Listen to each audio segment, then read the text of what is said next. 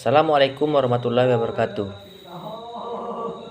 Perkenalkan, nama saya Arpan dengan NIM 2011125 dari Prodi PAI D Fakultas Tarbiyah IAIN SAS Bangka Belitung. Baiklah, dalam video ini saya akan menjelaskan tentang konversi agama. Yang pertama yaitu definisi konversi agama. Konversi menurut etimologi berasal dari kata lain conversio, yang berarti tobat, indah, pindah, dan berubah.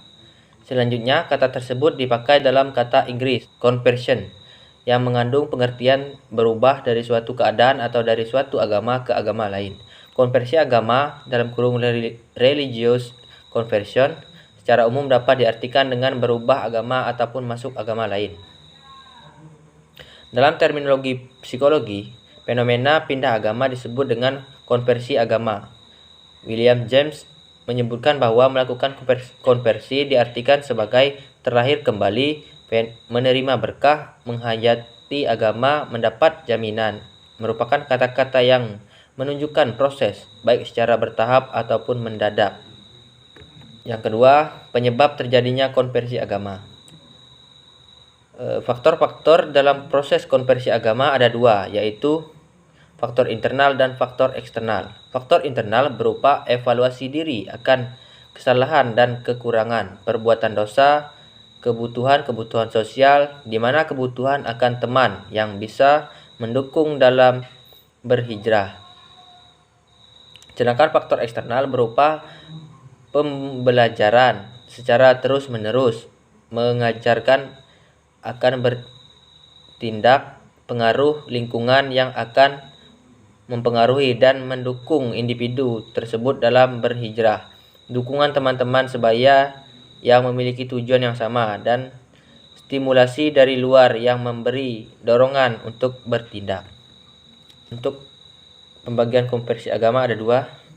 Faktor eksternalnya yaitu tidak nyaman karena tidak didukung oleh keluarga.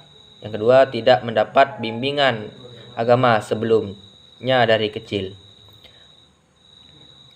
Yang kedua, faktor eksternal dibagi menjadi dua juga, yaitu mendengarkan tentang agama lain dari temannya, dan yang kedua, pernikahan. Itulah faktor-faktor penyebab seseorang melakukan konversi agama. Nah, menurut Zakiyah Darajat beliau menyebutkan bahwa terdapat beberapa faktor yang mempengaruhi konversi agama, antara lain 1. Konflik batin dan ketegangan perasaan. 2. Pengaruh hubungan dengan tradisi agama. 3. Ajakan atau seruan dari sugesti. 4. Faktor emosi. 5. Kemauan. Nah, yang ketiga, kasus konversi agama dari sudut pandang psikologi agama. Secara garis besar, perpindahan agama yang terjadi di Kecamatan Berbah, Sleman terjadi dari agama Islam ke agama Kristen atau ke agama Katolik, atau dalam Islam disebut murtad, dan dari agama Kristen ke agama Islam, dan dari agama Katolik ke agama Islam, atau dalam Islam disebut dengan mu'alaf. Tentu saja persepsi informan satu dengan yang lainnya berbeda, sesuai dengan pengalaman yang dirasakan masing-masing, dengan uraian berikut. Menurut saudara Mia yang berpindah dari agama Katolik ke Islam, di dalam agama Katolik beliau menemukan sesuatu yang menurutnya tidak sesuai dengan apa yang ada dalam pikirannya.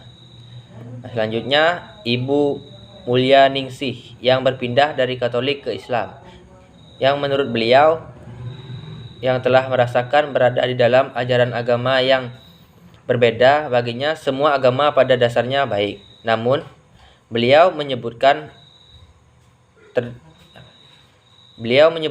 terdapat kelebihan dan kekurangan dalam tiap-tiap agama.